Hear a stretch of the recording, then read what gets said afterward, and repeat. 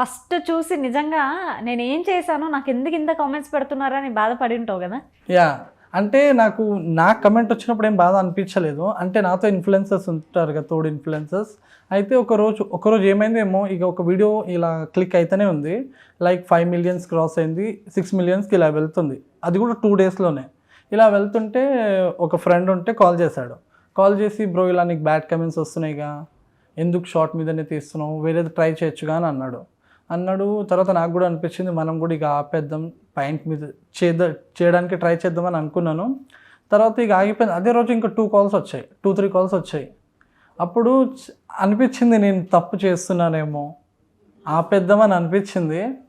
కానీ 2 days అసలు చాలా బాధ అనిపించింది.